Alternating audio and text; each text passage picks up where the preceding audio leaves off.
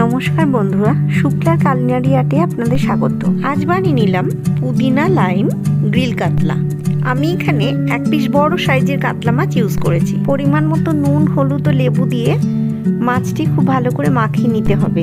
আদা, রসুন ও পুদিনা পাতা একসাথে বেটে এর থেকে হাফ চামচ নিয়ে এই মাছের মধ্যে খুব ভালো করে মাখিয়ে প্রায় 1 ঘন্টা মতো রেখে দিতে হবে। এরপর একটি গ্যাস ওভেন জ্বালিয়ে একটি গ্রিল প্যান বসিয়ে তার মধ্যে সাদা তেল ও বাটার দিয়ে দিতে হবে। বাটার গলে গেলে ম্যারিনেট করা মাছ এর মধ্যে দিয়ে কিছুক্ষণের জন্য চাপা দিয়ে দিতে হবে। মিনিট 4 পর ঢাকা খুলে অপর দিক উল্টে দিতে হবে। এভাবে মাছের দুদিক গ্রিল করা হয়ে গেলে নামিয়ে নিয়ে গরম গরম পরিবেশন করুন।